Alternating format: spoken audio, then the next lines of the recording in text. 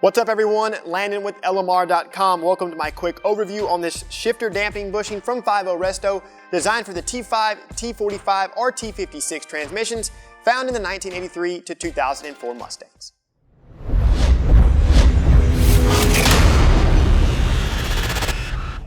The shifter dampening bushing from 5.0 Resto is an inexpensive solution for anyone in need of a new bushing for their factory shifter or upgrading to an aftermarket shifter that accepts the factory bushing.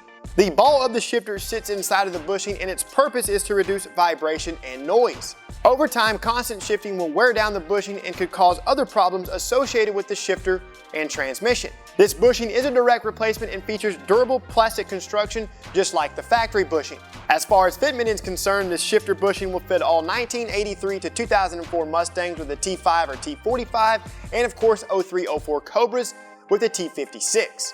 It will not fit the TR3650 or a Magnum based T56. To see more how-to and review videos covering industry-leading products, be sure and subscribe to our YouTube channel. Like this video and don't forget to turn on notifications. While you're at it, be sure and check out our other videos and don't forget to shop LMR.com for all things 1979 to present Mustang and SVT Lightning.